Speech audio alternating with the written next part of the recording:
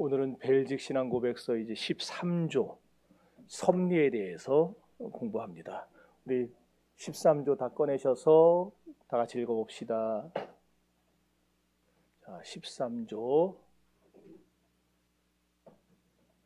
시작.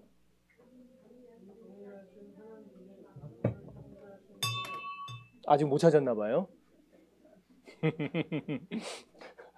자, 13조 펴세요. 30페이지.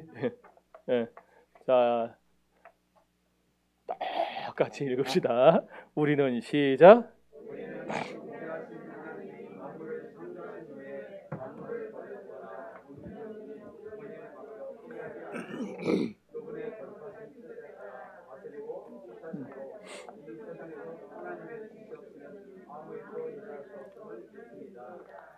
그럼에도 불구하고 하나님은 죄의 조건자도 아니시고 또한 발생된 죄의 책임을 물을 수 있는 분도 아니십니다.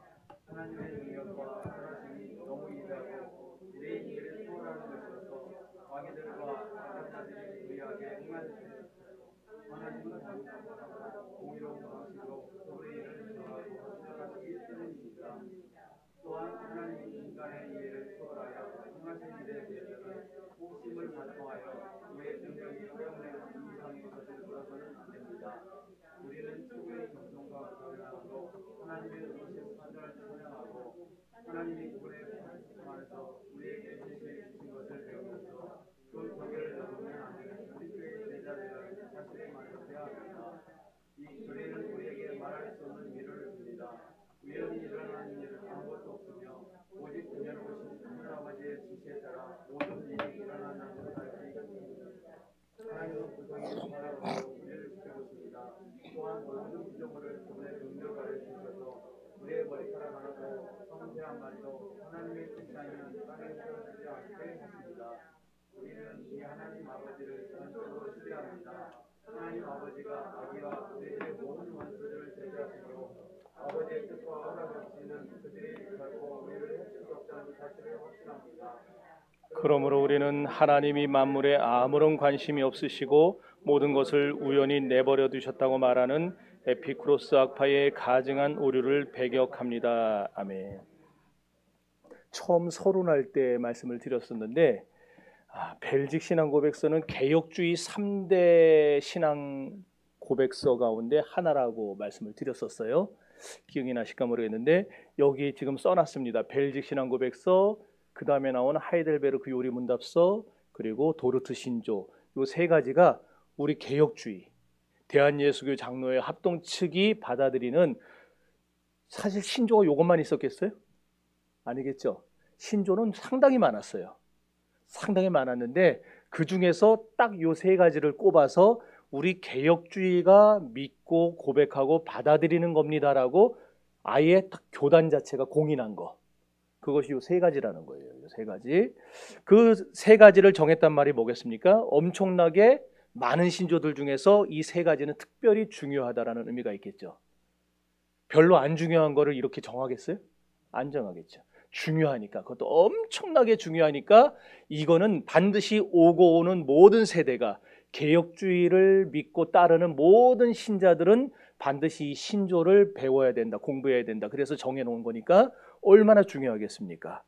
그래서 참 중요한 거면은 공부하는 방법이 또 있죠. 중요한 거 공부하는. 우리 학교 다닐 때 선생님들이 진짜 중요하면 별표 치기 하고 막 밑줄 긋기 하고 한 다음에 몇 번씩 읽어보라 그러잖아요. 몇 번씩 읽고 외워라, 읽고 외워라. 그래서 이 세 가지 신조, 벨직 신앙 고백서를 공부하는 가장 좋은 방법은 많이 읽는 겁니다. 많이 읽어요. 그러니까 오늘 여러분들이 13조 배우고 돌아가가지고 이제는 안 배운다, 다시는 이거 안 본다, 이러고 이제 또 다음 주 14조 배우고 또 이것도 안 쳐다보고, 그럼 이거 우리가 지금 1년 내내 배우는 게 소용이 없다는 거예요. 이 오늘 13조 배웠으면은 이거를 시시때때로 꺼내가지고 읽어보고 묵상하고, 하나님은 이렇게 섭리를 하시는구나, 하나님 이런 분이구나, 이렇게 자꾸 읽다 보면 개혁주의 신앙이 저와 여러분 안에 충만하게 되는 겁니다. 우리가 이걸 어떻게 이대로 고지고대로 이걸 이대로 하고 따라하고 외우고 그렇게 안 해도 자꾸 읽다 보면은 여러분도 모르는 사이에 누구하고 얘기할 때 그거는 성경이 아닌 것 같은데, 성경적이 아닌데, 이런 게 딱 나온다니까요. 그래서 심지어 화란 개혁주의 교회, 전통적으로 중직자를 피택할 때 임직자들이 문서에 서명을 합니다. 그리고 나중에 그 문서에 손을 얹어놓고 선서를 해요. 그러면 그 문서의 내용이 뭐냐? 새일치 신조는, 새일치 신조는 요 세 개 말하는 거예요. 요 세 개. 우리 개혁주의가 받아들이는 거요 세 개. 새일치 신조는 성경과 동일하다는 것을 믿고, 여러분 여기서 걸리면은 여러분 조금 문제가 돼요. 우리 개혁주의는 이 세 가지 신조는 성경과 동일하다. 왜? 성경을 가지고 풀었었기 때문에 성경과 동일하다고 믿습니다. 이렇게 믿고 여기에 반하는 어떤 이야기도 하지 않을 것과 어떤 글도 쓰지 않을 것을 서약합니다. 만약에 내가 이것을 어기고 새일치 신조에 반하는 어떤 말을 하고 어떤 글을 쓸 경우에 나는 거룩한 교회의 징계를 받을 것을 서약합니다. 이렇게 교인들 앞에서 이 문서에 손을 얹고 서약을 했어요. 우리 한국교회도 옛날에는 그래서 12신조라고 있어요. 우리 합동측이 상한 12신조가 있는데 그 12신조의 장로님들 임직할 때 거기다 올려놓고 선서를 하게 했어요. 근데 요새는 그게 없어졌죠. 근데 우리도 이제 앞으로 해야 될 거예요. 딱 성경 외에, 성경의 가르침 외에 우리는 딴 말 안 하겠습니다. 입 다물고 살겠습니다. 이렇게. 그래서 요 세 개가 나올 때는 사실 웨스트민스터 신앙고백서가 나오기 전이었어요. 이거는 1500년대에 쓰여진 거고 요거는 1618년에 쓰여진 거기 때문에 요게 나오기 전에 새일치 신조만 다뤘지만 오늘날 우리 개혁주의는 여기에 웨스트민스터 신앙고백서를 포함합니다. 왜냐하면은 요 세 개를 다 총망라해서 집대성한 게 웨스트민스터 신앙고백서예요. 그래서 여러분들 한날 우리 여기서 신앙생활하다 보면 웨스트민스터 소요르문답 대요르문답 신앙고백서 얘기 많이 들었을 거 아니에요. 네. 왜 그렇게 강조하냐면은 이 개혁주의 3대 신앙고백을 그대로 총망라해서 완성해 놓은 고백이기 때문에 우리 합동 측은 반드시 이거를 공부해야 됩니다. 이거는 우리 교단 헌법에 적혀 있어요. 어린아이들은 소요르문답 가르치고 어른들은 대요르문답 가르치고 신앙고백서까지 가르치도록 되어 있어요. 근데 오랫동안 안 하고 살아온 거죠, 우리 한국교회가. 자, 그래서 개혁주의 교회는 전통적으로 4가지 신앙고백서를 따르겠다고 서약한 사람만 중직자가 될 수가 있습니다. 오늘 우리가 공부하는 13조의 내용은 상당히 중요한 교리를 다루는데 섭리예요. 섭리. 섭리라는 말은 당길섭, 붙들섭이라고도 당길섭이라고 하는데 거기에 다스릴 리자를 써요.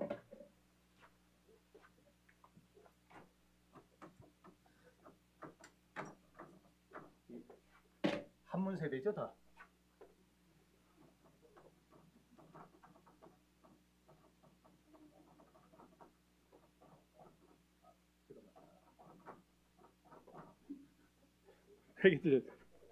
맞아요, 이거 섭리. 맞아요. 틀려요? 맞을 거예요. 맞아요. 안 보여요? 모른다고? 이러니까 내가 뭔 소리로 다 할 수 있는 거예요, 이제. 맞다니까요, 이거 섭리. 가서 찾아보세요. 이 섭리라는 말은 원래 이제 헬라어의 뜻은 뭐냐면은 미리 본다는 거예요. 미리 본다. 미리 보고 미리 준비한다. 그러니까 하나님이 미리 역사를 내다보시고 그때 황 목사를, 이집사를, 김권사를, 박권사를 다 어떻게 그 시간마다 이끌고 돕고 다스릴지를 주님이 미리 다 내다보시고 준비해 놓으셨다. 그게 섭리예요. 이해되시죠? 그래서 다른 말로는 통치라고도 불러요. 통치. 섭리와 통치와 다스리심. 이게 다 똑같은 말이에요.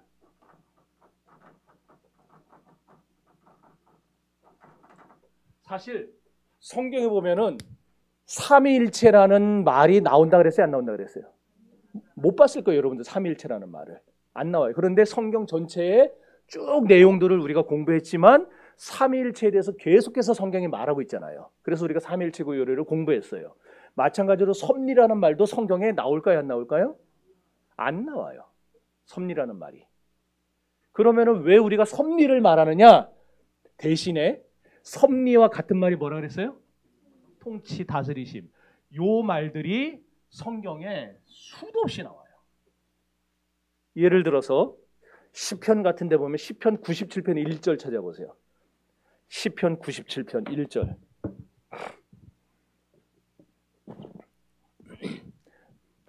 저랑 신앙생활 하려면 성경 빨랑빨랑 찾아야 돼요.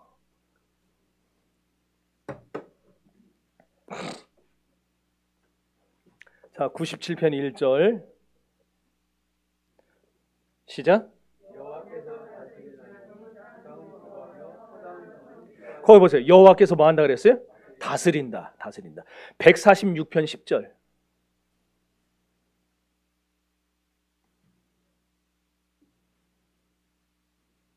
자, 찾았으면 읽어보세요. 자, 여기도 하나님이 영원히 뭐 한다? 다스린다. 또 대대로 통치한다. 이렇게 여기 두 개만 지금 살펴봤지만 성경에 하나님이 다스리신다, 하나님이 통치하신다라는 말이 수도 없이 나와요. 수도 없이. 그래서 우리가 섭리교리를 성경에서 찾은 겁니다. 자, 그럼 여러분, 우리 하나님은 창조의 하나님으로만 끝나는 분이 아니라는 걸 알 수 있겠죠. 이제 섭리하시고 통치하시는 분이세요. 만약 하나님이 창조의 하나님으로만 끝난다, 그러면 이 세상 지금 누가 돌보고 누가 붙든단 말입니까? 만약 그렇다고 한다면은 그냥 내버려 두는 것과 도대체 뭐가 달라요?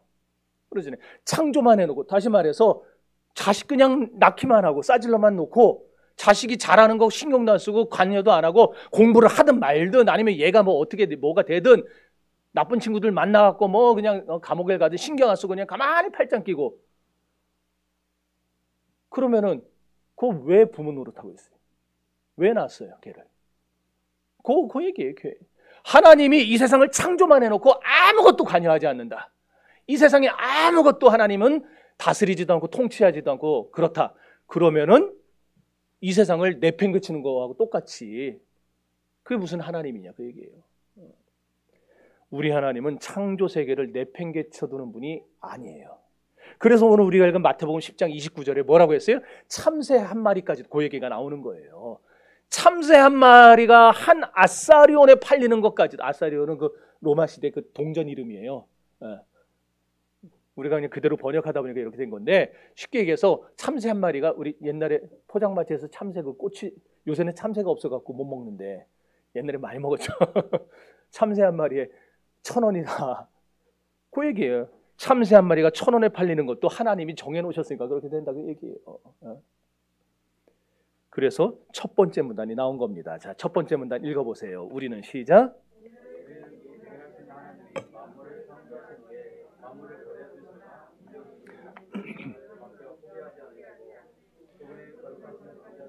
다스리고 통치하심으로 이 세상에서 하나님의 지시 없이는 아무 일도 일어날 수 없음을 믿습니다. 이랬어요.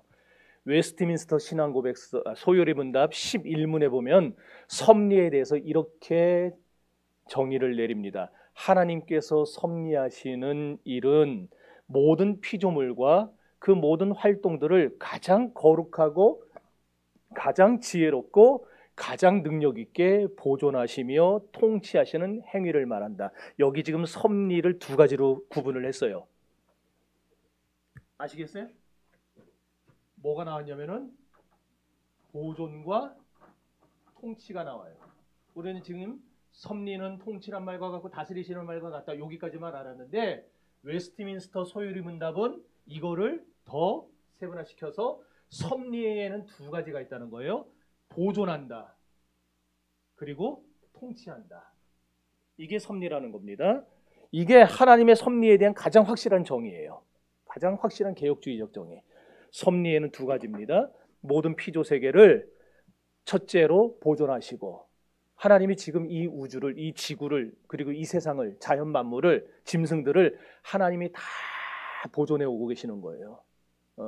그리고 둘째로 통치하시고 다스리시는 거. 이게 섭리라. 그래서 하나님의 허락과 지시 없이는, 여기 읽었죠, 우리가 교재 읽었죠, 하나님의 허락과 지시가 없이는 이 세상에서 그 어떤 일도 일어날 수 있어요, 없어요?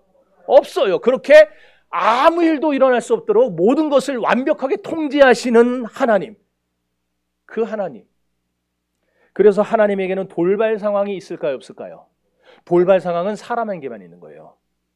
사람에게만 돌발 상황이 있어요. 갑자기 상상도 못했는데 갑자기 뭔 일이 뽕뽕 터지는 거, 그건 인간한테만 해당되는 일이고, 하나님은 전부 다 통제하시니까 하나님께는 돌발 상황이라는 게 없어요.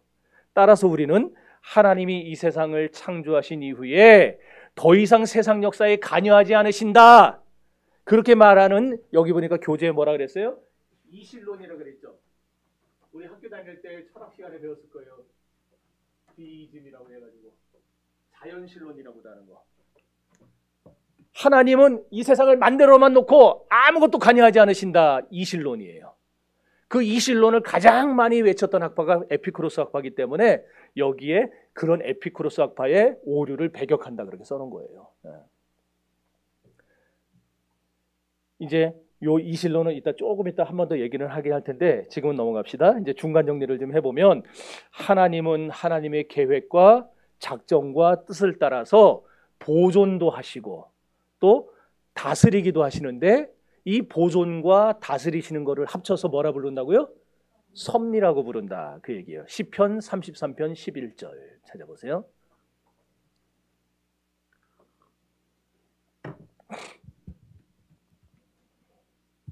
시편 33편 11절 시작. 예, 칼빈은 그래서 섭리에 대해서 이렇게 말을 했어요. 하나님은 땅에서 무슨 일이 일어나는지 한가하게 쳐다만 보시지 않고 열쇠를 보유한 분으로 모든 사건을 다스리신다. 그러니까 세상의 모든 역사의 키는, 해답은 다 누가 쥐고 있다는 거예요?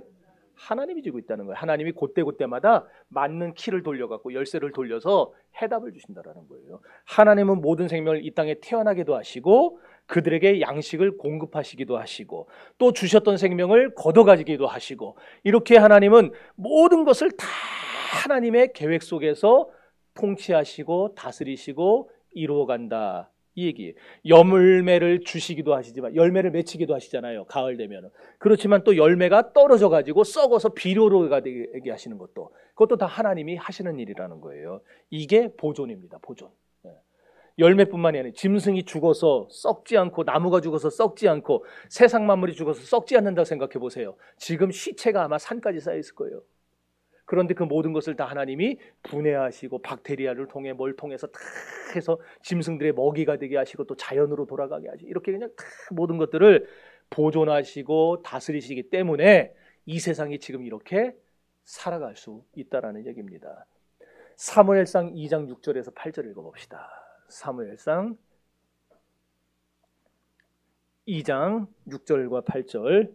자, 시작.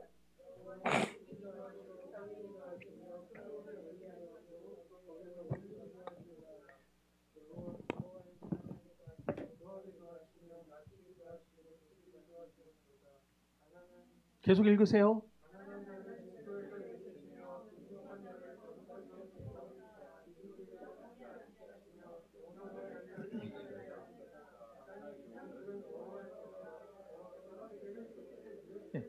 하나님이 죽이기도 하고 살리기도 하고 서울에 내리기도 하고 올리기도 하고 가난하게도 하고 부하게도 낮추기도 하고 높이기도 하고, 아무튼 모든 건 다 하나님이 하신다는 거예요. 하나님이 하신다.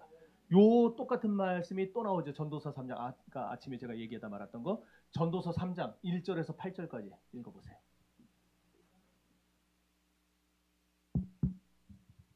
전도서 3장 1절에서 8절 시작.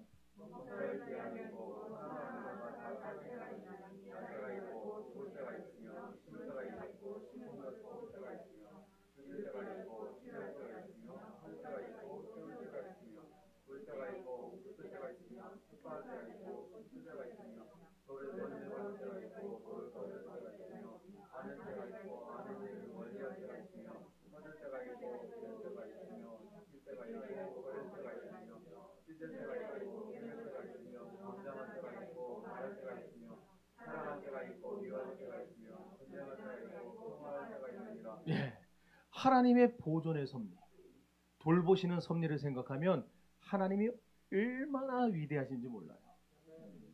하나님은 공급만 하고 내버려두는 분이 아니에요. 공급한 것들을 보존하시고 다스리시고 때로는 사람의 마음을 움직이셔서 어떤 일을 하게도 하시고 이렇게 사람이 통제할 수 없는 모든 초자연적 기적들까지도 하나님이 행하실 때도 있고 이번에 전 세계적으로 아주 그냥 난리를 쳤던 코로나 팬데믹 생각을 해보세요. 이거 어떻게 사람이 손을 댈 수가 없는 문제잖아요. 이거는 어떻게 내가 안 걸리고 싶다고 안 걸리고 걸리고 싶다고 걸리고 그런 거 아니거든요. 그냥 한번 휘몰아치니까 속절없이 나가 떨어지잖아요. 다. 이 모두가 다 하나님의 다스리심이라는 거예요. 하나님은 그렇게 함으로써 역사를 이루어갑니다. 다니엘서 4장 25절.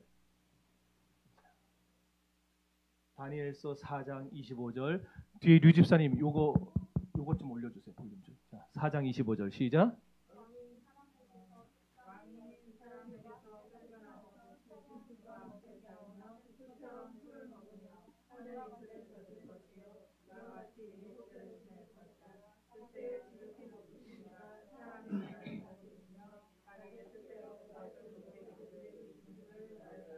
네, 보세요. 하나님은 나라를 일으키기도 하시고요. 정권을 세우기도 하시고 실각시키기도 하시고 왕을 세우기도 하시고 다 뭐예요 이게? 하나님의 다스리심이에요. 하나님이 이렇게 세상을 다스리세요. 믿습니까? 그러니까 사람이 뭘 해서 되는 게 있겠어요? 없겠어요? 없어요. 우리가 아무리 잘한다 그래도 아무리 우리가 뭘 노력한다고 해도 되어지는 건 하나도 없어요. 모든 것이 다 하나님이 다스리시고 통치하시기 때문에 되는 것이지 내가 해서 되는 게 없다라는 거예요. 이 모든 역사 속에서 하나님은 놀라운 일을 하나 행하시는데 그게 뭐냐? 택한 백성들을 구원하시고 구원의 일을 차질 없이 하나하나 진행해 나가신다는 거. 이게 가장 위대한 하나님의 섭리의 대표적인 모습이에요. 오늘 여기 있는 여러분 한 분 한 분을 하나님이 다 택하시고 구원하셔서 때가 되매 정신교회 성도가 되게 하시고 그 말씀을 통해서 양식을 먹어가며 살이 찌게 하시고 다 주님 붙들고 신앙생활하도록 하시는 이 모든 과정 이게 다 하나님의 섭리의 과정이라 이 얘기예요. 믿습니까? 예. 그래서 하나님은 특별히 자기 백성을 보호하시고 인도하시고 다스리시는 걸 좋아하세요. 하나님은. 이게 얼마나 놀랍고 기이한 일인지 아는 분들은 아멘을 안 할 수가 없는 거예요. 아멘을. 아직도 모르니까 아멘을 안 하죠. 아직도 모르니까. 하나님이 나를 특별히 다스리시기 좋아한다. 하나님이 나를 특별히 사랑하시고 도와주시고 구원하시고 보호하시고 인도하시고 아멘 할 때까지 합니다. 이러는 걸 하나님이 좋아하신다. 이걸 깨닫고 나면은 너무너무 그 하나님의 그 은혜가 기가 막힌 거예요. 시편 139편 10절 찾아보세요. 심지어 하나님은 어디까지 우리를 도우러 오시는지. 시편 139편 10절 시작.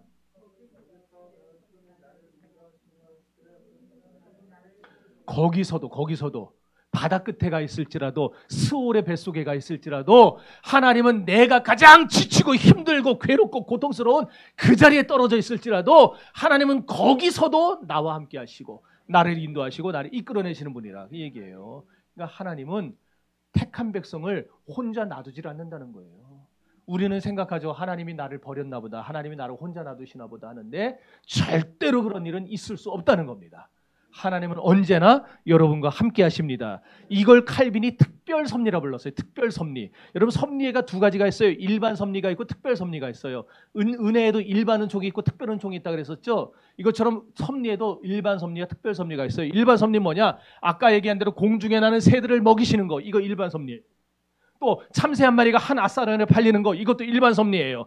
그런데 한 영혼을 태어나게 하시는 거예요. 우리 이 집사님을 태어나게 하시고 자라나게 하시고 어느 순간에 예수 믿고 복음을 받아들이게 하세요. 그리고 그 예수 그리스도를 영접한 다음에 우리 집사님을 통해서 하나님이 이 집사님의 인생 역사를 주관하시고 이끌어 가시는 이 모든 거 이게 하나님의 특별 섭리라는 거예요. 내가 이 집사님만 얘기했으니까 나는 아닌가 보다 그러면 안 돼요. 지금 여러분 다 얘기하고 있는 거예요. 다 개인적으로.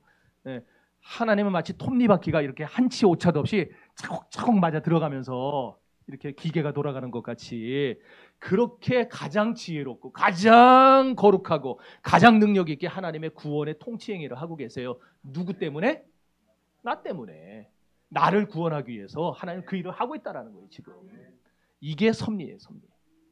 그래서 제13조 마지막에 보세요. 자, 그러므로 우리는 시작.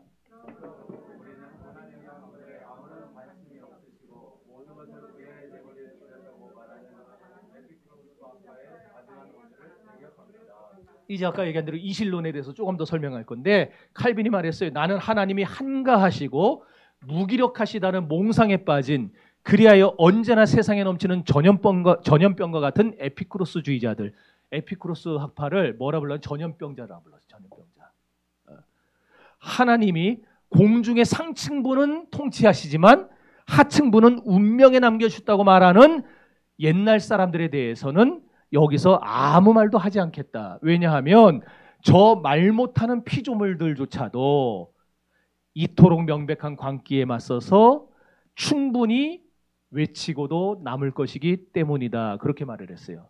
뭐냐면은 에피쿠로스 학파와 또 다른 사람들이 뭘 말했냐면 하늘이 지구를 감싸 있는 하늘이 두 개라는 거예요. 그래서 상층부. 이 상층부가 어디를 말하는지 모르겠는데 아무튼 뭐 천국을 의미하는 거겠죠. 그 사람들. 이 천국은 하나님이 다스리시지만 이 하층부, 지구는 하나님이 다스리지 않는다. 이 얘기를 했어요. 그랬더니 그런 광기 어린 자들, 그런 전염병자들 이런 표현을 써가면서 그들에 대해서 내가 더 이상 입 아프게 말 안 하겠다 그 얘기예요. 왜냐하면은 여기 있는 이 새나 짐승이나 물고기나 꽃들이나 이런 것들조차도 다 하나님이 만드신 자연을 찬양하고 있는데 하나님을 높이고 있는데 하나님의 통치와 다스리심을 인정하고 있는데 이 인정과 다스리시는 이들의 찬양을 들어보면 그것이 하나님의 섭리를 말하기에 충분하기 때문에 나는 굳이 입 아프게 저 사람들과 말싸움하지 않겠다. 마음대로 짓거리라. 그 일을 하고 있는 거예요. 여러분, 하나님은 아까도 얘기했지만 창조만 해놓고 아무것도 개입하지 않는 운명에 맡겨두는 분이 아닙니다. 제가 특별히 그래서 자주 강조했죠. 기독교는 운명을 말하지 않아요. 운명을 말하지 않아요. 기독교는 하나님의 은혜입니다. 그러니까 절대로 내 팔자가 이래서 곧단 소리 하지 마세요. 얼마든지 바뀌어요. 왜? 내가 바꾸는 거 아니에요. 하나님이 바꾸게 해주세요. 예수가 내 안에 들어오시면 가장 귀한 보화가 내 안에 있기 때문에 질그릇일지라도 형편없는 토기 그릇이라 할지라도 가장 비싼 보화를 담은 그릇이기 때문에 귀하다고 쓰임받는 거예요. 아무리 비싼 데다가 담아놔도 그 속에 들어있는 것이 썩은 거고 냄새나는 거고 그런 거면은 가치 인정을 못 받는 것처럼 여러분 우리 안에 주님이 계시기 때문에 주님이 우리를 귀하게 보십니다. 자, 그래서 이렇게 또 어떤 일은 관여하시고 어떤 일은 관여하지 않는다 이렇게 말하는 자들 이런 자들에 대해서 칼빈은 내가 말할 필요를 못 느낀다. 그러면서 마지막에 뭘 얘기하느냐? 우리가 살고 죽는 것까지도 하나님의 섭리에 달려있다. 그렇게 말을 했어요. 여러분 여러분들이 지금 살고 있는 거 숨쉬고 있는 거 나중에 나이가 다 돼서 하나님이 오라 그러시면 가야 되는 거 이거 다 하나님의 섭리의 과정에 있는 겁니다. 더 살고 싶다고 더 살 수 있는 것도 아니고 빨리 죽고 싶다고 빨리 죽을 수 있는 것도 아니고 하나님이 정해준 만큼 되는 거예요. 아셨어요? 시편 104편 28절 29절.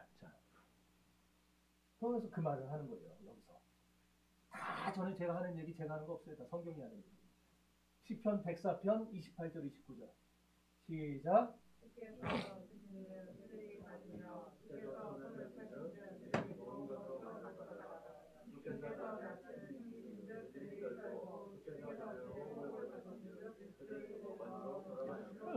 살게 하는 것도 하나님이 하시는 거고 죽게 하시는 것도 하나님이 하시는 거고 그런데 우리는 이 모든 하나님의 섭리 다시 말해서 하나님의 다스리심과 보호하심과 통치하심을 우리가 이해할 수 있느냐 하면은 이해를 못해요.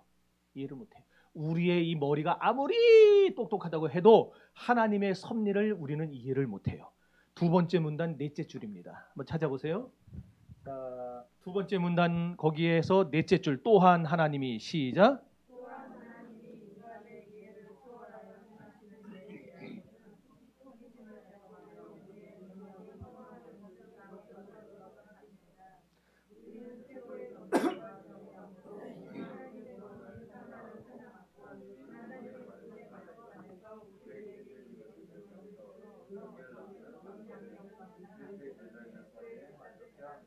예.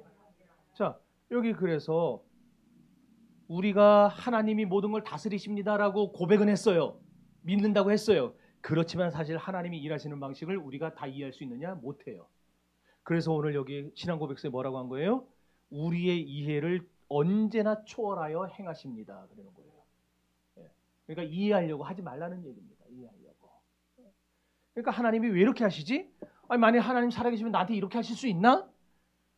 이런 것들 의문을 품지 말라는 겁니다. 어떤 규칙도 없어 보이고 도리어 불공정해 보이는 일들이 더 많거든요. 세상을 살다 보면. 그러잖아요. 악한 인간들이 더 잘 살아요.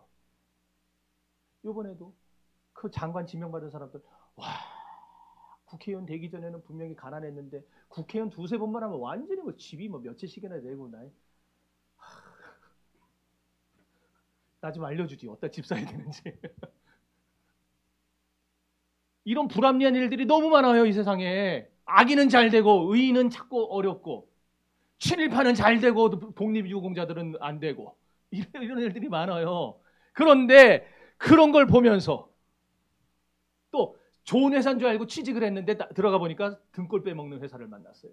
이런 일을 만났는데 아니 하나님 도대체 왜 이렇게 하시는 걸까? 왜 이럴까? 궁금해하고 이해가 안 가요. 우리가 이렇게 하나님이 하시는 모든 섭리는 우리의 이해를 초월해요. 그렇기 때문에 그럴 때마다 도대체 왜 이러는 거냐고, 도대체 하나님이 있긴 있는 거냐고, 그런 말 하지 말라는 겁니다. 이해하려고 하지 말라는 거예요. 때로는 호기심을 발동해가지고 우리의 능력이 허용하는 것 이상으로 하나님께 질문하지도 말라는 거예요. 예전에 이랬었어요. 중세시대에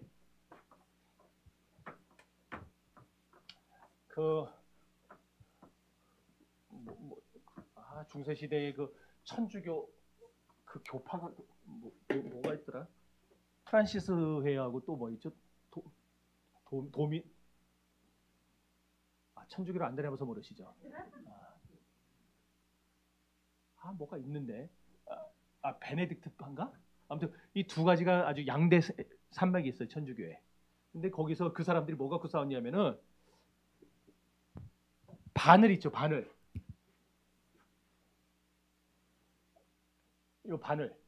요 바늘 여기에 요 끝에 천사가 몇 명 앉을 수 있느냐.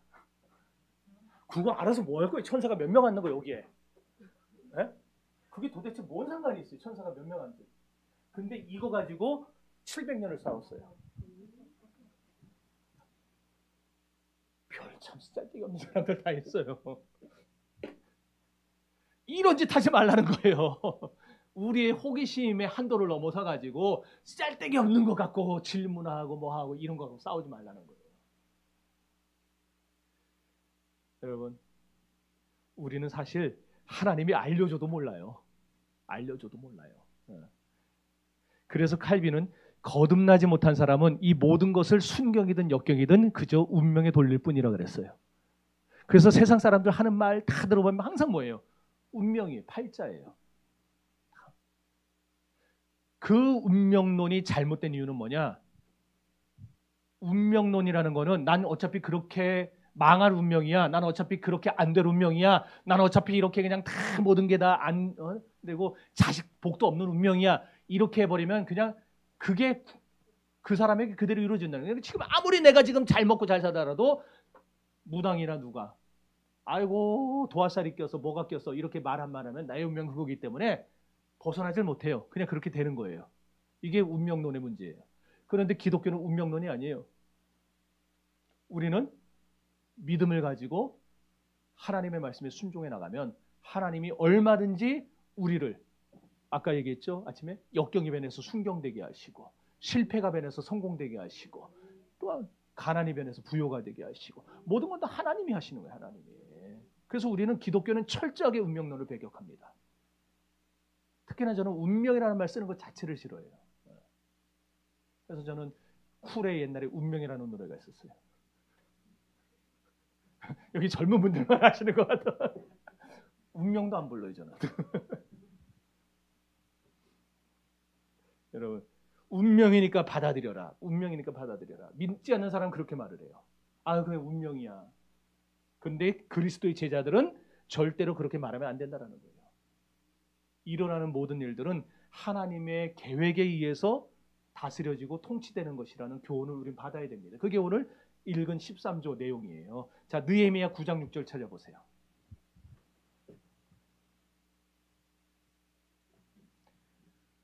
느헤미야 9장 6절 시작. 아직 못 찾았어요? 창세기 뒤에 찾아보세요.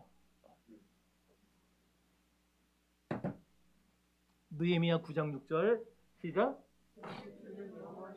하늘과 하늘들의 하늘과 이럴 성신과 땅과 땅 위의 만물과 바다와 그 가운데 모든 것을 지으시고 다 보존하시오니 모든 천군이 주께 경배하나이다. 아멘. 하늘과 하늘들의 하늘과 별과 달과 해와 모든 것, 땅과 땅 위의 만물과 바다와 그 가운데 있는 물고기들, 그 속에 있는 해초들까지 모든 걸 하나님이 지으셨다. 모든 걸 하나님이 보존하신다. 천군 천사들도 하나님이 지으시고 모든 것 다 하나님이 다스리신다. 이 얘기예요. 이게 우리가 받아들이는 신앙입니다. 아셨습니까? 오늘 13조 신앙 고백의 내용이 바로 그거예요. 우리는 하나님이 알려주셔도 알 수 없는 그따위 것들에 대해서 궁금해하지도 말고 자꾸 부당한 호기심을 가지고 왜 그러냐고 따지지도 말고 도리어 모든 겸손과 경외함으로 우리에게 감추어져 있는 하나님의 의로우신 판단을 믿어야 됩니다. 하나님이 내 구원에 가장 적합하고 좋으니까 그렇게 해나가시는 거라고 믿어야지. 자꾸만 의심하고 자꾸만 그러면은 우리 신앙에 어떤 유익도 없어요. 여러분 우리 하나님에게는 숨겨진 계획들이 있습니다. 그래서 성경은 하나님이 모든 걸 지으실 때 때를 따라 아름답게 지었다라고 말씀을 하고 있어요. 사실 이 세상 보면은 아름답지 않은 것들도 많아요. 불공정도 많고 불합리도 많고 지난 2년 반의 코로나 시대가 아름다웠습니까? 안 아름다웠잖아요. 사람도 못 만나고 그리고 어디 먹고 싶은 것도 못 먹고 가고 싶은 데도 못 가고 교회가 1만 교회가 문을 닫았어요. 코로나 때. 이게 뭐가 아름다워요? 그럼에도 불구하고 성경은 이 모든 것을 하나님이 다 때를 따라 아름답게 하셨다. 그리고 우리는 그 말씀과 선포에 대해서 하나님에게 있는 그 신비한 그 계획을 우리가 이해할 수 없기 때문에 이해하려고 하지 말고 알려달라고 하지 말고 모든 걸 하나님이 오차없이 진행해 가실 테니까 지금의 이 아프고 서럽고 고통스러운 이 현상들도 결국에는 하나님이 합력하여 선을 이루도록 해서 우리에게 돌려주실 것이다. 그렇게 믿고 살아가라 그 얘기입니다. 아셨습니까? 네. 그런데 이제 오늘 13조 앞부분에 보면은 첫 번째 문 나오면 죄의 문제가 또 나옵니다. 죄. 자, 그럼 죄는 뭐냐? 하나님이 죄도 짓고 악도 짓고 다 하나님이 만드신 거냐? 여기 한번 자 보세요. 다시 읽어봅시다. 자, 그럼에도 불구하고 시작.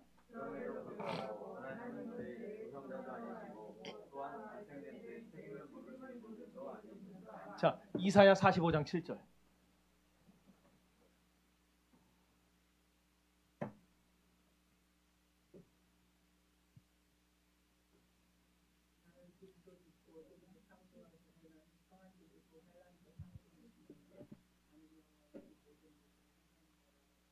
네, 거기 보세요. 나는 뭣도 짓고 빛도 짓고 어둠도 지었대요. 또 평안도 짓고 환란도 지었대. 이러니까 사람들이 오해를 한 거예요. 하나님은 죄도 지었구나.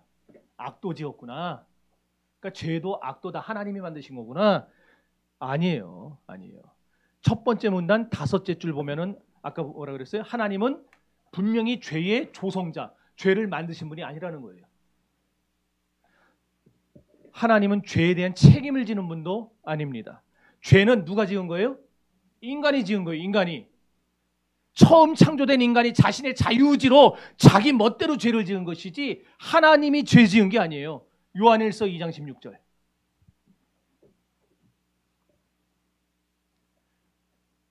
요한일서 2장 16절.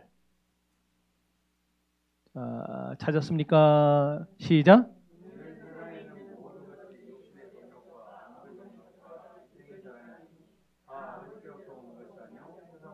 보세요. 육신의 정욕, 안목의 정욕, 이생의 자랑, 이게 다 죄인데, 이 악인데, 이 죄와 악이 아버지께로부터 온 게 아니에요. 아버지께로 세상으로부터 왔어요. 마귀로부터 왔어요. 하나님은 우리에게 죄 지으라고 부추긴 적도 없어요. 옆에서 이러면서 한 적 없어요. 하나님은 죄 지으라고 명령한 적도 없어요. 야고보서 1장 13절.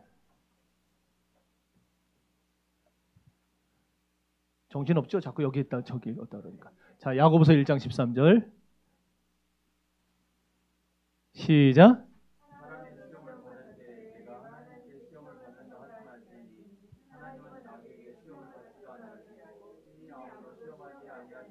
아멘. 이게 하나님은 죄의 조성자가 아니라는 말이에요. 죄에 대한 책임을 지는 분도 아니라는 거예요. 더 나아가서 두 번째 문단 보세요. 자, 두 번째 문단 보면은 마귀와 악한 자들이 불의한 일을 행할 때에도, 거기 두 번째 문단 둘째 줄 나오죠? 예. 불의한 일을 행할 때에도, 설치고 다닐 때에도 하나님은 가장 탁월하고 공의로운 방식으로 섭리해 나가신다고 말씀을 하고 있는 겁니다. 하나님의 능력과 선은 너무나도 탁월하고 뛰어나서 마귀들과 악인들이 설치고 다녀도 만물을 보존하시고 통치하시고 다스리시는 하나님의 섭리는 끊어지지 않고 계속됩니다. 그 말입니다. 그러니까 지금도 하나님의 섭리는 계속되고 있어요. 지금도 마귀는 장난질을 치고 있지만, 그러나 하나님은 여전히 지금도 우리를 다스리시고 보존하시는 섭리를 하고 계시다라는 거예요. 네? 여러분, 모든 것이 하나님의 통제 아래 있다는 사실을 그래서 저와 여러분들은 믿어야 합니다. 요셉이 형들에게 의해서 팔렸죠. 요셉의 형들이 요셉을 팔 생각을 가지잖아요. 그래 모의해요. 그래서 미디안 상인들에게 요셉을 팔았어요. 은의십을 받고. 자, 미디안 상인들에게 판 것 분명히 이건 악이에요. 죄악이에요. 그리고 보디발의 아내가 요셉에게 동침을 요구하다 요셉이 안 들으니까 나를 중에 그를 모하면서 감옥에 집어넣은 거. 이것도 악이에요. 그렇죠? 죄악이에요. 술 맡은 관원장이 요셉의 은혜를 망각하고 배은망덕하게 2년 동안이나 요셉을 잊어버리고 살았던 것도 악이에요. 자, 그러나 이제 읽어봅시다. 요셉은 그걸 어떻게 이해하고 있었는가? 창세기 45장 8절. 창세기 45장 8절 중간부터 읽어보세요. 그런즉 거기서부터 읽어보세요. 자, 창세기 45장 8절. 자, 시작. 분명히 형들이 보냈잖아요. 분명히 형들이 팔아먹었잖아요. 그런데 요셉이 뭐라 그래요? 형들이 날 보낸 게 아니고 날 판 게 아니고 하나님이 나를 보낸 거라. 그리고 나중에 더 뒤로 가보면 하나님이 큰 구원으로 당신들의 생명을 보존하고, 거기 보존이 나와요. 보존이. 당신들의 생명을 보존하고 당신들의 후손을 세상에 두시려고 나를 당신들보다 앞서 보내셨나니 그래요. 여러분 보세요. 요셉은 모든 걸 다 하나님이 하셨다고 고백을 하고 있어요. 심지어 여러분 그리스도를 십자가에 못 박아 죽인 것보다 더 큰 악이 있어요, 이 세상에? 예수님 십자가에 못 박아 죽인 것보다 더 큰 죄가 있냐고요? 없어요. 그런데도 성경은 거기에 대해서 뭐라고 말을 하느냐? 사도행전 2장 23절. 사도행전 2장 23절. 왜 웃어요? 빠르다고요? 말이 빨라요? 2장 23절. 시작.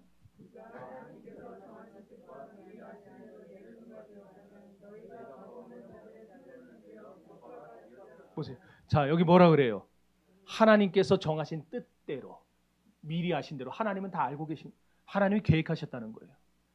그대로 십자가에 내준 바 된 거예요. 모든 건 다 하나님의 섭리입니다. 하나님이 하시는 겁니다. 그런데 그 뒤에 말이 이제 죄에 대한 책임. 죄에 대한 책임은 누구한테 묻느냐?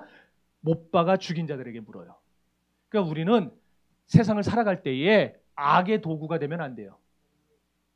모든 건 다 하나님의 섭리 가운데 이루어지지만 그래도 우리는 할 수 있으면은 악의 도구가 되고 남을 억울하게 하고 슬프게 하고 힘들게 하고 교회를 그냥 시끄럽게 하는 이런 도구가 되면 안 돼요. 우리는 언제나 은혜의 도구가 되고 덕의 도구가 되고 그렇게 쓰임 받아야 됩니다. 믿습니까? 예. 왜냐? 책임을 묻기 때문에 그래요. 하나님이 반드시 책임을 묻습니다. 이렇게 우리의 이해를 초월해서 일하시는 하나님의 섭리를 볼 때에 이제 두 번째 문단 7째 줄 보세요. 우리는 최고의 시작.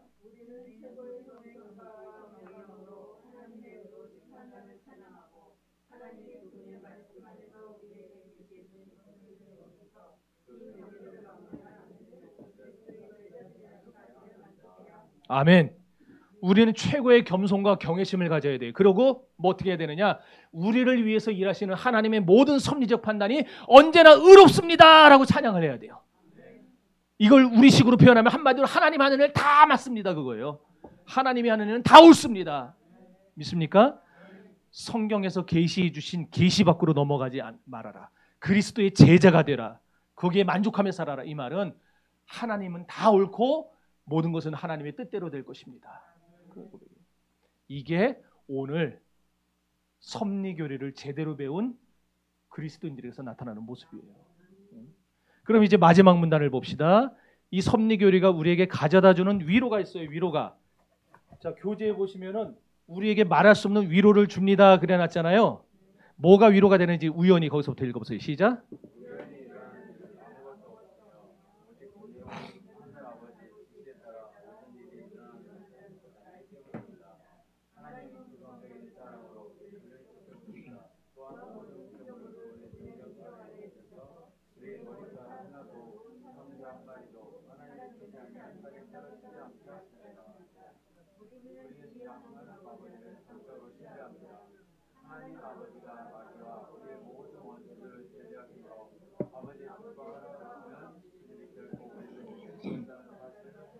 아멘. 여러분, 하나님의 섭리교리는 우리에게 큰 말할 수 없는 위로를 줍니다. 어떤 위로냐? 어떤 일도 우연히 일어나는 일은 없다. 그리고 하나님 아버지의 명령에 의해서만 일어납니다. 이거를 우리에게 가르쳐 주기 때문에 그게 위로가 된다. 우리 하나님은 자애로운 사랑의 아버지입니다. 그 사랑으로 우리를 돌보시면서 당신의 주권 아래서 만물을 보존하시고 심지어 택한 백성들은 머리털 하나까지도 다 세신다 그랬어요. 여러분 머리털 어떻게 세요? 머리털 어떻게 세요? 이거를. 근데 다 하나님 세신다. 그 정도로 하나님 세밀하게 우리를 보호하시고 지켜주시고 다스리시는 분이다. 참새 한 마리도 하나님 뜻이 아니면 땅에 떨어지지 않도록 섭리하시는 분입니다. 마귀와 우리의 원수들을 통제하시는 분입니다. 그래서 하나님의 뜻이 없으면, 하나님의 허락이 없으면 절대 우리를 해칠 수 없도록 역사하는 분입니다. 그런 사실을 알기 때문에 우리가 평안을 누리는 거예요. 지금 힘들어도, 지금 아파도, 지금 뭔가 안 돼도, 지금 직장에 뭐가 말이 안 돼도 그래도 하나님은 나를 다스리시고 나에게 하나님은 결국 좋은 것으로 주실 거니까 그걸 믿으니까 우리가 평안을 누리고 안식을 누릴 수가 있는 거예요. 이것이 섭리교리가 우리에게 가져다는 가장 큰 위로라는 겁니다. 실제로 여러분 하나님의 섭리교리를 믿는 성도는 평안합니다. 평안해요. 잠깐은 흔들릴 수 있어요. 인간이기 때문에. 저도 인간이기 때문에 자꾸 뭐 뒤에서도 황 목사 자꾸 뭐 시끄럽다 말 많다 뭐하다 이러면은요 저도 흔들려요. 순간순간. 그러나 잠깐은 흔들리지만은 다시 서요. 어떻게 서느냐? 기도하다가 다시 주님을 보는 거예요. 십자가에 못 박혀가지고 다 이루었다 하시는 주님을 보고 내가 너와 함께 있겠다 말씀하신 주님 보고 그러면서 극복해 나가는 거예요. 여러분 우리 그리스도인들이 그런 존재들입니다. 잠깐은 쓰러질 수 있어요. 잠깐은 흔들릴 수 있어요. 발목 잘못 디디면은 이거 발목 확 접질러지는 것 같이 그럴 수는 있어요. 그러나 다시 툭툭 털고 일어나게 하나님 하시는 거예요. 이 섭리교리 이걸 붙잡으세요. 하나님은 오늘도 여러분 붙잡고 있습니다. 여기 한 분 한 분 다 하나님 지금 붙잡고 있습니다. 그러니까 성도는 지금 하나님의 강한 팔 안에 있어요. 그래서 찬송가 있잖아요. 주의 친절한 팔에 안기세 그랬잖아요. 주님의 능력의 팔에, 주님의 강하신 팔에 우리 하나님 우리를 딱 안고 있어요. 여러분들 애기들 안을 때 이게 딱 아빠가 아니 애기 딱 안고 있으면은요, 애기 떨어뜨리겠어요? 안 떨어뜨리지. 우리 하나님 딱 우리 안고 계세요. 그렇게 우리를 돌보시며 우리를 다스리시고 우리의 구원이 이루어지도록 만물을 주장하고 계신다. 그런데 여기서 또 하나 개혁주의는 하나님의 섭리를 철저하게 믿기 때문에 가정의 자녀가 태어나는 것조차 하나님의 특별한 섭리라고 믿습니다.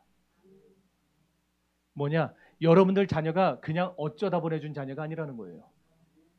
하나님이 수많은 가정들을 다 이렇게 보시다가 이야, 우리 박 권사님네 가정에 그 두 아들 태영, 기만 두 아들 집사님을 보내야 되겠다.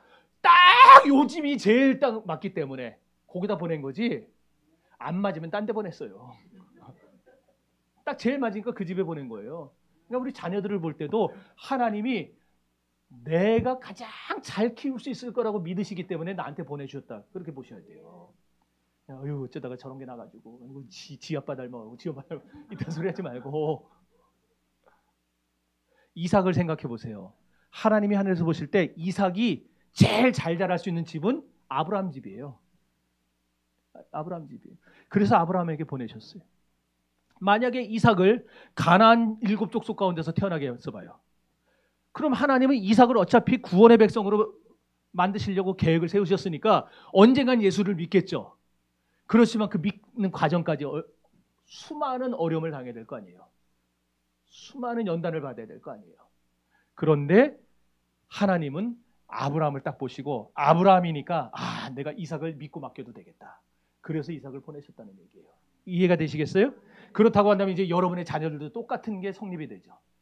여러분의 자녀도 하나님이 여러분이니까 믿고 보내신 거예요. 여러분 아니면 안 보냈어요.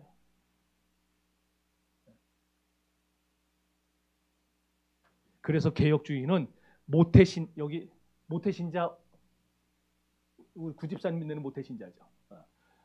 지금 애들 모태신자, 저기 우리 송집사님 믿는 애들은 모태신자잖아요. 그죠?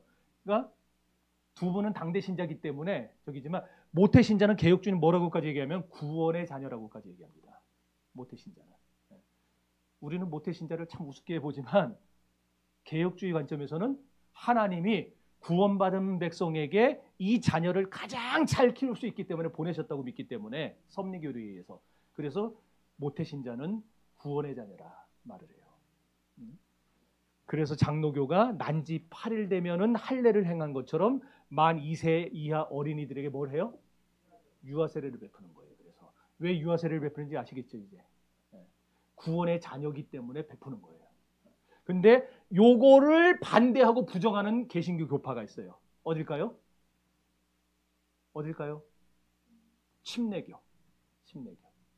침례교는 웃기지 말라는 거예요. 섭리교리를 안 믿어요. 침례교는. 그게 우리와 차이예요. 그러나 장로교는 철저하게 섭리를 믿기 때문에 믿는 가정에 보내주신 모태신앙 자녀들은 구원의 자녀라. 그렇다고 오해하면 안 돼요.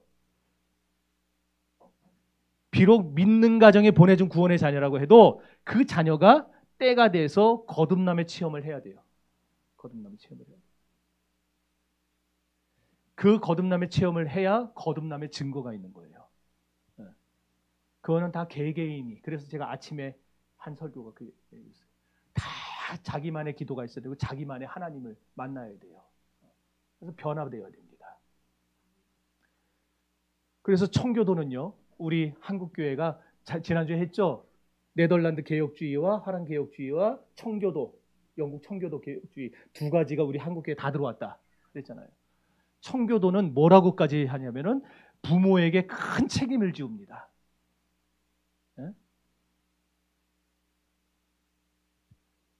만약에 부모가 믿는 가정의 자녀를 보내줬는데 그 자기의 집에서 태어난 그 모태신앙 자녀를 제대로 양육하지 못하고 신앙으로 이끌지 못하면 그 부모를 뭐라 불렀냐? 불안당이라 불렀어요. 불안당. 청교도 문건에 보면은 불안당. 그러니까 여러분 우리가 부모들이 엄청난 책임을 갖고 있는 거예요. 자녀들이 신앙 안에 똑바로 살게 할 책임을 갖고 있어요. 이게 바로 예정론과 섭리론에 근거한 개혁주의 신학의 내용입니다. 이 사실을 깨달을 때 우리가 평안할 수 있다고 했어요. 내일도 내가 살아있을까 죽을까 그런 것 가지고 염려하지 않아요. 왜? 어차피 우리는 사나 죽으나 주일 것이기 때문입니다. 그리고 지금 죽어도 나는 천국 갈 거라는 확신이 있기 때문입니다. 하나님이 당신의 주권적 뜻에 따라서 살게 하시는 동안에 안 죽어요. 아침에 얘기했잖아요. 안 죽어요. 안 망해요. 하나님의 섭리가 다 끝나고 하나님의 나를 향한 하나님의 계획이 사명이 다 끝나야 데려가시는 거예요. 그럼 내가 죽는다. 내가 끝난다. 그 얘기는 뭐예요? 하나님이 내 사명 다 끝났으니까 와라 그러시는 거잖아요.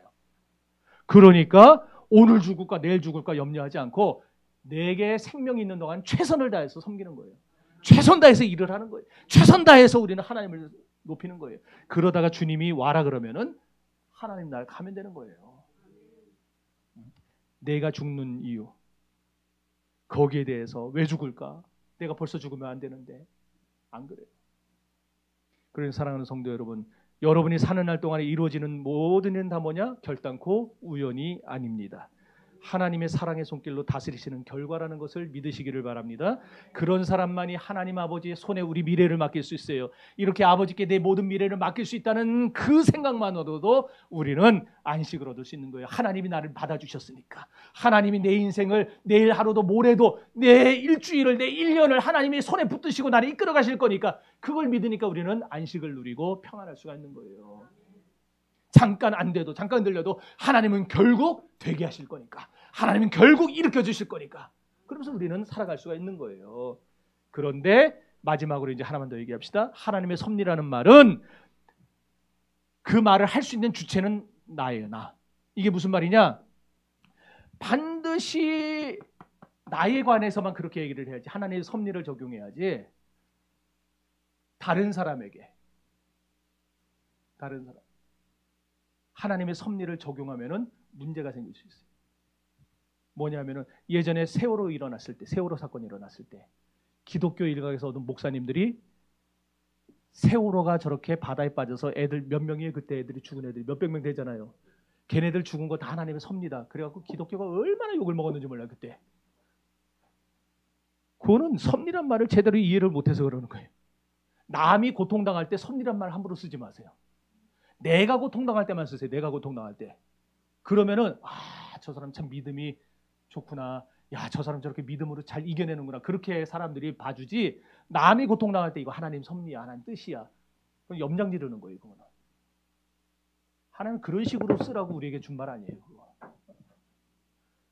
여러분, 이해할 수 없는 현실 가운데서 내가 이해할 수 없는 일을 당하고 아픔을 당하고 병을 얻고 내가 정말 나 충성을 다했는데 어쩌다 보니까 갑자기 시한부 판정을 받고 이런 것들이 이해가 안 돼요. 그러나 이 모든 것들이 다 하나님의 섭리 가운데서 나에게 가장 좋은 거기 때문에 하나님이 허락하셨다고 믿고 그 하나님의 통치에 순종하고 하나님 앞에 영광을 돌리는 모습을 보일 때 사람들이 그런 나를 보면서 하나님을 만납니다. 그럴 때 섭리를 쓰는 것이지 다른 사람에게 찾아가서 이거 하나님 섭리야. 그래가 그 사람을 시험 들게 하고 이거는 옳은 게 아니에요.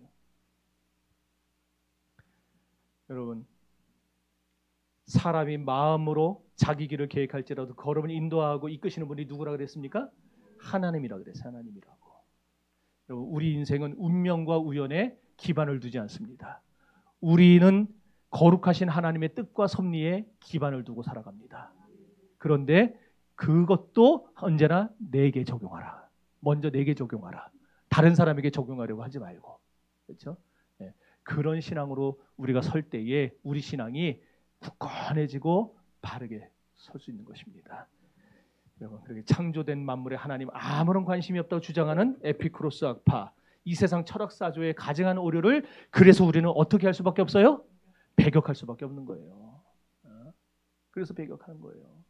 제가 설교하다가 좀 과격한 발언이 나온다 하더라도 그래서 저러는구나 이해하셔야 돼요. 우리 목사님은 저런 말 안 했으면 좋겠는데 안 하면 좋지. 저도 안 하려고 노력을 해요. 근데 그런 표현이 나오더라도 여러분들이 이게 뭐하세요? 배격한다. 얼마나 이게 당시에 센 말이었는데 배격한다는 말. 자, 이제 우리 기도합시다.